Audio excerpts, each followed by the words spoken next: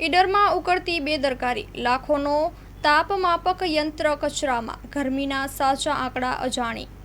Story report by Jitendra Solanki, Sabarkantha.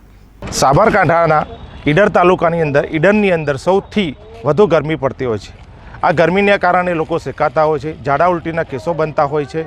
ત્યારે તંત્ર દ્વારા જે ટેમ્પરેચર માપવાનું મશીન લગાવવામાં આવ્યું છે એ કેટલાય વર્ષોથી ખંડેર હાલતમાં પડ્યું છે। તમે જોઈ શકો છો પાછળની સાઈડ ટેમ્પરેચર માપવાનું મશીન છે, જે આજુબાજુમાં કચરાના ઢગની વચ્ચે પડ્યું છે।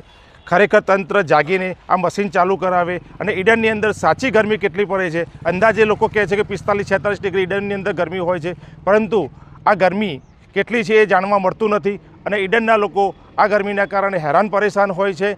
અને જો આ મશીન ચાલુ કરવામાં આવે તંત્ર દ્વારા તો લોકોને સાચો ખ્યાલ આવે અને લોકોને રાહત મળે એવા કાર્યો જો સરકાર દ્વારા કરવામાં આવે તો ઈડરની જનતાને રાહત મળે।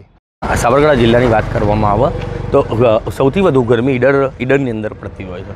હવે આપને એક વાત જાણીને નવાઈ લાગશે કે ઈડરની અંદર ગરમી માપવાનું મશીન જે મારી પાછળ છે એ છેલ્લા કેટલાય વર્ષોથી ધૂળ ખાઈ રહ્યું છે। જાણે મશીન સાથે કચરો નાખવાનો ઢગ છે એ જ ખ્યાલ નથી આવતો। ઈડરની ચારે તરફ ડુંગર આવેલા છે, ડુંગરની ઉપર જો ઝાડ વાવવામાં આવે તો ગરમીમાંથી આંશિક રાહત મળે, પણ સરકાર શ્રી દ્વારા કોઈ પણ કાર્યક્રમ કરવામાં આવતા નથી કે જ્યાં ઝાડ વાવવામાં આવે અને ઈડરની જનતા ગરમીમાંથી રાહત મળે। જો આપને જણાવું તો અનેક સંસ્થાઓ દ્વારા ઈડર ડુંગર પર ઝાડ વાવવામાં આવે છે, સેવાકીય કાર્ય કરવામાં આવે છે, પણ એની અંદર સરકારનો કોઈ પણ રોલ હોતો નથી।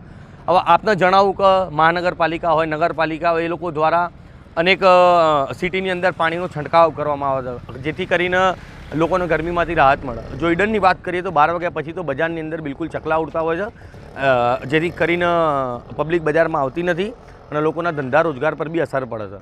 તો સરકારશ્રીને મારી વિનંતી કે આ બાબતે ધ્યાન આપે અને એવું કંઈક કરે કે પહેલાં તો યંત્ર ચાલુ કરાવે, જેથી એક્ઝેક્ટ જે ગરમી છે લોકોને ખ્યાલ આવે અને કંઈ પાણીનો છંટકાવ કરે, વૃક્ષ વાવે કે જેથી કરીને જનતાને ગરમીમાંથી આંશિક રાહત મળે। ઈડરમાં ગરમીનું તાપમાન એટલું વધી રહ્યું છે કે બપોરના 11 વાગ્યા સુધીમાં અમે અમારા પોતાના ઘરના કે બજારના કામો પતાવીને ઘરમાં જતા રહીએ છીએ, ઘરમાં પુરાઈ જઈએ છીએ। એટલું ગરમીનું તાપમાન રેપઝેપ થતા હોય છે કે આપણને ગરમીનો સાચો આંકડો અહીંયા મળતો નથી। સરકારે અહીંયા આ ગરમી માપવાનું મશીનરી લગાવેલી છે, પણ એનો કોઈ ઉપયોગ ખંડેર હાલતમાં જોઈ શકો છો આપ કે એનો કોઈ ઉપયોગ થતો નથી, જેના કારણે આપણને ગરમીનો સાચો આંકડો મળી શકતો નથી। તો આ સરકારને ગુજારિશ કરું છું કે આ મશીનરીની કંઈક સારી એવી હાલતમાં રાખો કે ગરમીનો સાચો આંકડો મળી શકે।